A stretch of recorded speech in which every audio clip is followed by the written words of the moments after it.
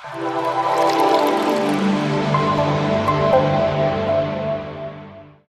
back once again. I'm your Darshan and welcome to my little kitchen. That is Darshan's little kitchen. Friends, સર્વે દર્શકોને વ્યુઅર્સને ખાસ દિવાળીની ખૂબ ખૂબ શુભેચ્છાઓ અને નવા વર્ષના ખૂબ ખૂબ બેસ્ટ વિશિસ દર્શન અને તન્વી તરફથી. તો આપણે તવામાં કેવી રીતે પનીર ટીકા બનાવવા રેસ્ટોરન્ટ જેવા એવી નો ઓનિયન નો ગાર્લિક તો એ જોઈશું. મારો તો જો બનાવીને રાખ્યા છે એકદમ રેડી છે, મસ્ત એકદમ સુગંધ આવે છે, સ્મોકી એવી. તો આ ખાસ ફ્રેન્ડ્સ વિડીયો છેક સુધી જોજો, દરેક ટિપ્સ તમે જે આપી છે ફોલો કરજો. તો ચલો હવે without further do let's start the process. So friends, આપણે હોમમેડ પનીર ટીકા મસાલા બનાવવા માટે સૌથી પહેલાં એક વસ્તુ કરવાની છે. તો આ તમે જોઈ શકો છો, દહીં છે, યોગર્ટ, કર્ડ. હવે તમે શ્રીખંડ જ્યારે પણ બનાવે છે ત્યારે તમને ખબર હશે કે હંકર્ડ દહીંને છે ને ટીંગાળી રાખવાનું છે આખી રાત.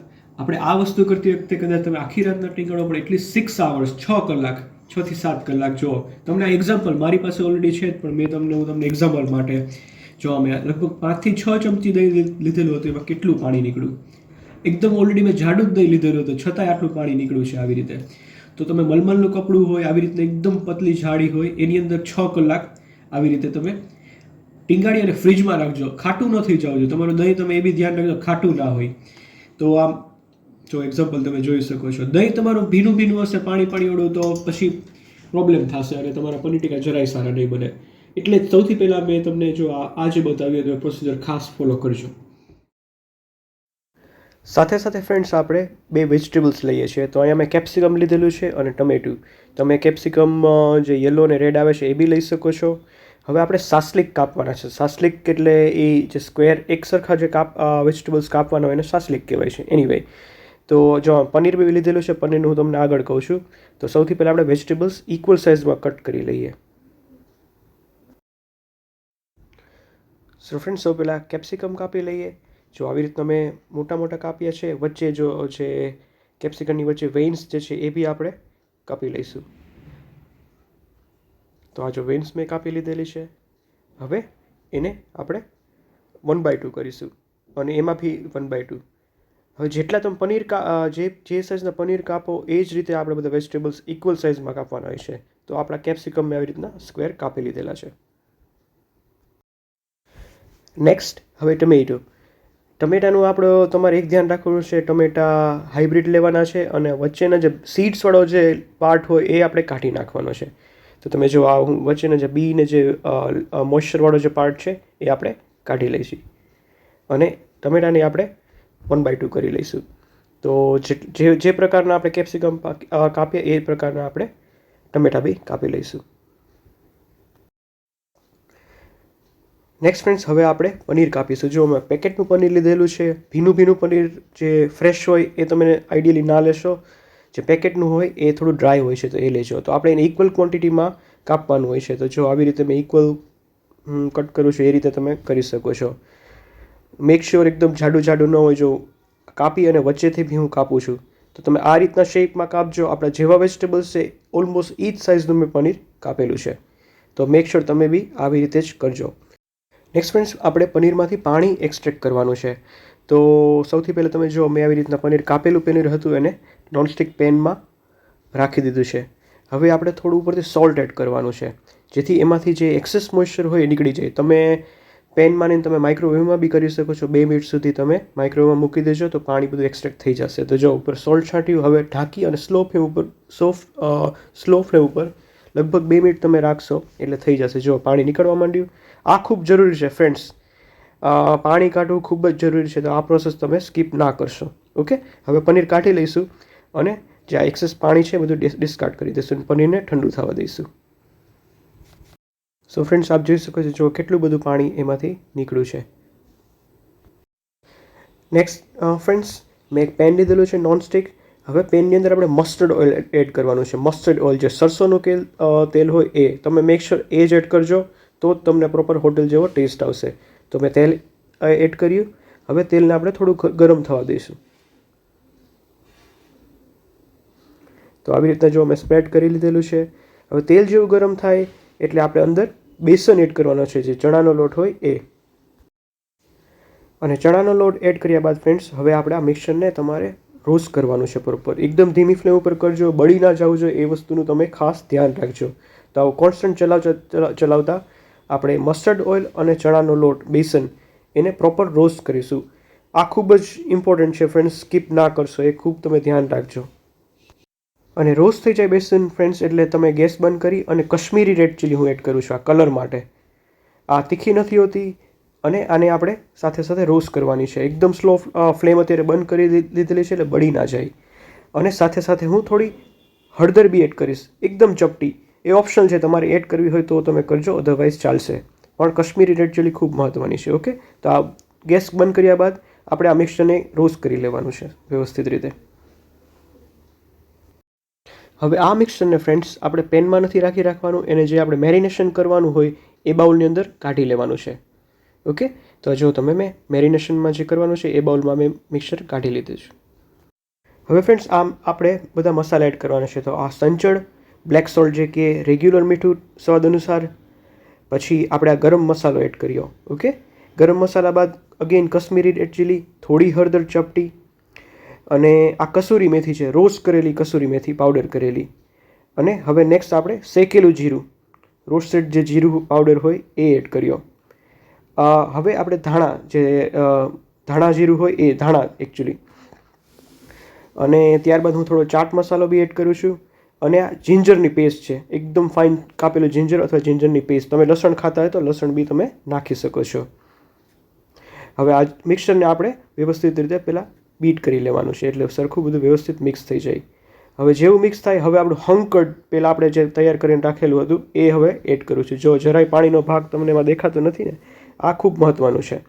તો આ દરેક મિશ્રણને હવે વ્યવસ્થિત રીતે આપણે મિક્સ કરી લેવાનું છે.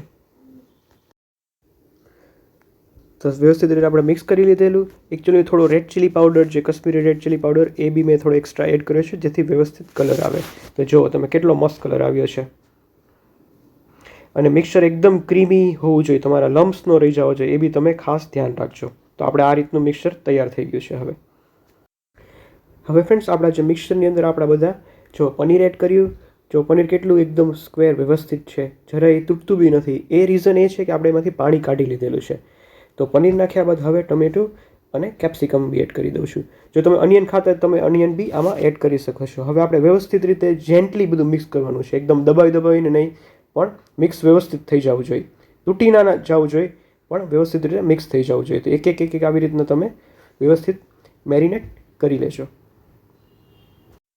હવે ફ્રેન્ડ્સ આ મિક્સરને આપણે મેરિનેટ થવા દેવાનું છે. તો ફ્રીજમાં એટલીસ્ટ તમે 1 hour તો એટલીસ્ટ રાખજો. આઈડિયલી 6 hours હોય છે હોટલ્સમાં, પણ તમે 1 hour ફ્રીજમાં ઢાંકીને રાખશો તો બી ચાલશે, જેથી કરીને જે આપણો મસાલો છે બધું મેરિનેશન બધું અંદર સુધી જતું રહે અને ટેસ્ટ ખૂબ જ સરસ આવે.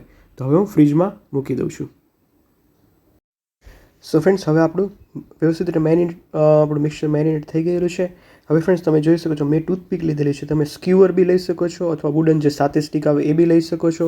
જો તમારી પાસે સ્ટીક ના હોય તમે ડાયરેક્ટ એવી રીતે જ પેનમાં મૂકી શકો છો. એવું જરૂરી જરાય નથી કે તમારી પાસે 7 સ્ટીક અથવા આ ટૂથપીક હોવી જરૂરી છે. મારી પાસે છે એટલે હું કરું છું. ઓકે, હવે આપણે પનીર એમાં એડ કરીશું. હવે એમ ગમે એમ એડ ના કરી લેવાનું હોય, એમાં વ્યવસ્થિત રીતે કરવાનું હોય છે.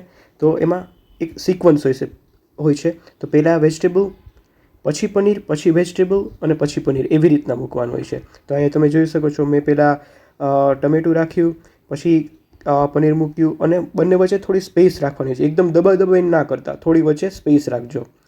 તો આ પનીર, કેપ્સિકમ અને પાછું પનીર, અને હવે લાસ્ટમાં હું હજી એક વેજીટેબલ એમાં મૂકી દઈશ મારી સ્ટીક પ્રમાણે, અને થોડી હેન્ડલ થાય એટલી મેં સાઈડમાં જગ્યા રાખેલી છે. તો તમે જુઓ કેટલું વ્યવસ્થિત આપણે કરીને રાખ્યું છે.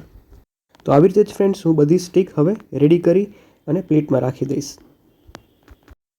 અને ફ્રેન્ડ્સ જે આપણું વધેલું જે મિક્સચર હોય એ તમે ઉપરથી સરખું વ્યવસ્થિત કોટ કરી લેજો. જો મારી પાસે થોડું વધ્યું છે એને બી હું સરખું ઉપરથી હજી કોટ કરી દઈશ.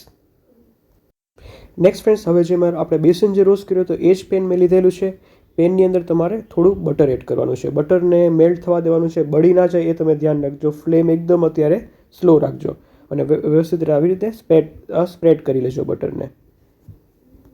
અને ફ્રેન્ડ્સ બટર જેવું મેલ્ટ થાય આપણે આપણી પનીર ટીકા એક એક કરીને મૂકી દઈશું. અને એકદમ શાંતિથી કૂક થવા દેજો ફ્રેન્ડ.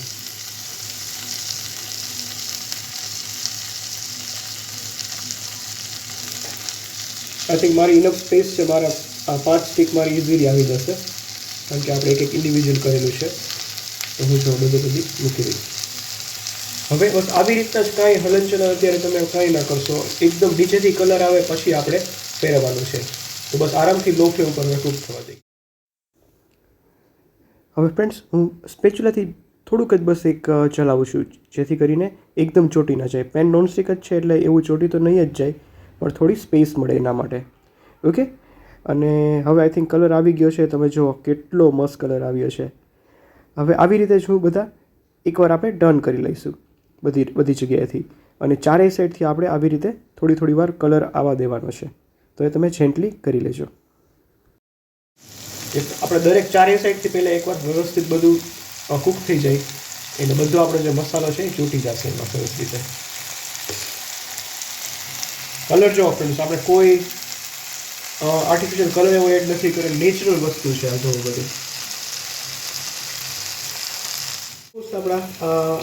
આપણા ટીક્કાસ ઓલમોસ્ટ કૂક થઈ ગયા છે, પણ બસ ફાઇનલ સ્ટેજ ઉપર થોડા અંદરથી બી એકદમ વ્યવસ્થિત કૂક થઈ જાય એ માટે ઢાંકી દઈશ. પહેલાં ઢાંકવાનું નથી, પણ તમે ચારેય સાઈડથી વ્યવસ્થિત આવી રીતના ક્રસ્ટ આવી જાય તો લાસ્ટ સ્ટેજ ઉપર હું થોડું ખાલી આવી રીતના કવર કરી લઈશ, જેથી અંદરથી બી વ્યવસ્થિત કૂક થઈ જાય. સો ફ્રેન્ડ્સ, લગભગ મેં 2 મિનિટ જો આવી રીતના કવર કરેલું હતું. હવે આપણે જોઈએ છે બાકી ફ્રેન્ડ્સ. તમે કલર જુઓ, બીજું કાંઈ નહીં, તમે ખાલી કલર જુઓ. કોઈ કહે કે આ તમે તંદૂરમાંથી નથી ને આ ઘરે બનાવ્યા છે, તો બહાર રેસ્ટોરન્ટમાંથી લાવ્યા હોય એવો જ અત્યારે આવે છે. ને સુગંધ તો ભાઈ તમે જ્યારે કરશો ત્યારે તમને સાચો ખ્યાલ આવશે. હવે ફ્રેન્ડ્સ, આ આપણા ટીક્કા એકચ્યુઅલી રેડી થઈ ગયા છે, પણ હું એક પ્રોસેસ એક્સ્ટ્રા કરીશ થોડો રેસ્ટોરન્ટનો હોટલનો ટચ આપવા માટે. જો અહીંયા ડાયરેક્ટ મારી ફ્લેમ ચાલુ છે. હવે આપણી જે સ્ટીક છે એને હું ડાયરેક્ટ ફ્લેમ ઉપર આવી રીતના કૂક કરીશ. થોડો બ્લેક બળેલો જે કલર અથવા સ્મોકી ફ્લેવર આવે એના માટે. પણ આ ઓપ્શનલ છે. તમે જો મારી સ્ટીક ખૂબ નાની છે એટલે બહુ નહીં કરું, મોટી સ્ટીક હોય તમે કરી શકો છો, અને ઓપ્શનલ છે. ઓકે, આ એક પ્રોસેસ કરી. હવે આપણે હજી એક પ્રોસેસ કરીશું. હવે ફ્રેન્ડ્સ, આપણે ગેસ ઉપર જો મેં કોલસો મૂક્યો છે, આ કુંભાર આપવાનો છે. તો ગેસ ઉપર એકદમ આપણે કોલસો મૂકી અને કોલસાને એકદમ લાલ થવા દેવાનો છે સૌથી પહેલાં. ઓકે ફ્રેન્ડ્સ, જો કોલસો લાલ થઈ ગયો છે. હવે હું ચૂપિયાની મદદથી ઉપાડી અને ફટાફટ જો એ મૂક્યો અને ઇન્સ્ટન્ટલી હવે હું કરું ઘી એડ કરીશ, જેથી જો ધુમાડો થયો અને આપણે તરત જ ઢાંકી દઈશું. આ વસ્તુ બી ફ્રેન્ડ્સ તમે ઓવર ના કરતો, મેક્સિમમ 1 મિનિટ સુધી જ રાખજો. તમને એવું થશે કે ઓવર જેટલો કરે એટલો સરસ આવશે, પણ એવો ટેસ્ટ નહીં આવે. ટેસ્ટ એકચ્યુઅલી બગડી જશે, તમારો ઓવર થઈ જશે. એટલે આ બસ આપણે 1 થી 2 મિનિટ જેવું જ આ કુંભારની ઇફેક્ટ આપવાની હોય છે, લાઇટ જ ખાલી. ઓકે, તો એ બી તમે ખાસ ધ્યાન રાખજો. અને જો સ્મોકી થઈ ગયું છે બધું. હવે આપણો ફાઇનલી આપણા પનીર ટીક્કા સ્ટાર્ટર જે હોય છે, નો ઓનિયન નો ગાર્લિક, હોમમેડ, તંદૂર વગર રેડી છે. હવે આપણે સર્વિંગ કરીશું. સો ફ્રેન્ડ્સ, ફાઇનલી હવે આપણા પનીર ટીક્કા હોટેલ જેવા એકદમ ટેમ્પટિંગ આપણે વ્યવસ્થિત એક પ્લેટરમાં સર્વ કરીએ. એક વસ્તુ હોટેલ્સમાં ઓલવેઝ એડ કરે છે, એ છે ચાટ મસાલાની ઉપર. ઓપ્શનલ છે, પણ તમે એકવાર ટેસ્ટ કરીને જોજો, તમને ખરેખર મજા આવશે. સો ફ્રેન્ડ્સ, જો તમે મારે બીજું આ નથી કંઈ, મને એવું લાગતું નથી મારે કંઈ આગળ કહેવાની જરૂર છે. મોસ્ટલી ફ્રેન્ડ્સ, પનીર ટીક્કા હોય એ ગ્રીન ચટણી સાથે થોડું સેલેડ સાથે સર્વ થતા હોય છે. અત્યારે હું એટલું થોડું બિઝી હતો તો મેં નથી કર્યું. તો મારા ફેમિલી છે એટલે હું તમને સાચું જ કહી દઉં છું. આ દિવાળીમાં ફ્રેન્ડ્સ, બેસતા વર્ષના દિવસે અથવા ન્યૂ યરમાં તમારી ઘરે જ્યારે મહેમાન આવે, તમે એકવાર ફ્રેન્ડ્સ આ બનાવીને તમે ખવડાવજો. થોડી કદાચ નાની એવી મહેનત પડશે, પણ એ દિવાળી તમારી બેસ્ટ દિવાળી હશે. તમારી ઘરે જે ગેસ્ટ આવશે એ તમારા વખાણ કરતા થાકશે નહીં. ખૂબ જ ઇઝી છે, થોડી મહેનત પડે છે, પણ ફ્રેન્ડ્સ આ એકવાર તમે કરજો. સો હોપ ફ્રેન્ડ્સ તમને આ રેસીપી ગમી હોય. ડેફિનેટલી હું હજી આપણે ઘણી રેસીપી લાવવાના છીએ. આ પનીર ટીક્કા બનાવ્યા. હવે આના ઉપરથી પનીર ટીક્કા મસાલા જે સબ્જી પંજાબી કેવી રીતે બને છે, નો ઓનિયન નો ગાર્લિક, એ બી આપણે ડેફિનેટલી શોર્ટ ટાઈમમાં જોઈશું. સો thanks for watching. I'm your host, Darshan, signing off. Goodbye.